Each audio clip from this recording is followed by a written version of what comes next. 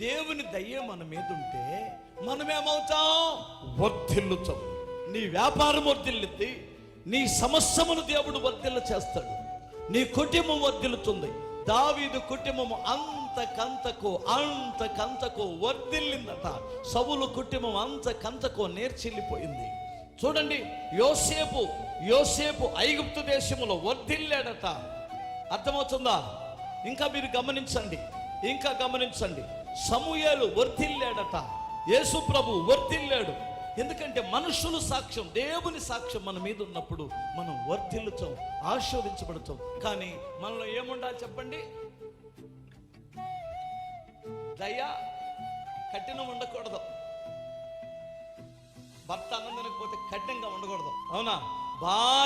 భార్యకి ఏదైనా బలహీనత వచ్చి ఏదైనా అన్నం తినకపోతే అస్సలు నీ ఇగో పని చేయకూడదు. దయ లొంగిపోయింది. దయ ఏం చేసింది చెప్పండి? ఓడిపోయినట్టు అయిపోయింది. దయ లొంగిపోయింది. దయ ఉన్న మనిషి లొంగిపోతాడు.